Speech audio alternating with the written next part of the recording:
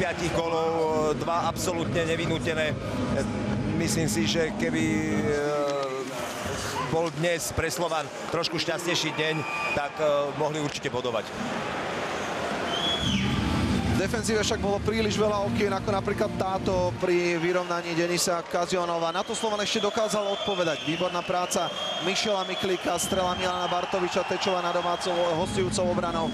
A Slovan po druhý raz v zápase viedol, ale viedol naposledy. Potom dvakrát prehrával, dvakrát dokázal vyrovnať. Toto je ešte vyrovnávajúci gól zo strany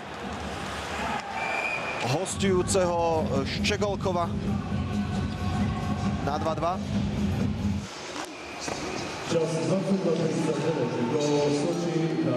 A toto už je tá chybná rozohrávka Michaela Garneta. A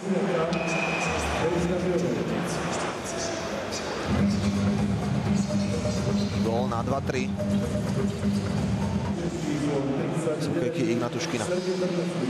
Vyrovnanie Lukáša Kašpara.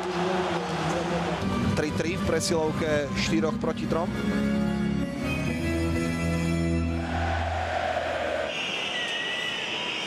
Ale ešte v závere druhej tretiny využili hráči hostí presilovú hru 5 proti 3. Gól pripísaný Maxwellovi, hoci z tých opakovaných záberov sa zdalo, že po strele Pajgina tam nešťastne ten puk dopravil do siete Michal Sersen, ale Maxwell na to mal obrovský význam v tej situácii. Či to už bolo od jeho hokejky alebo Cersenovej, nie je vôbec, ale vôbec podstatné. Vyrovnanie Mareka Viedenského, veľmi dôležitý moment, ale ďalšia chyba v defenzíve, zlé striedanie, prečíslenie 4 proti 2 a rozhodujúci gól z hokejky Krikunova.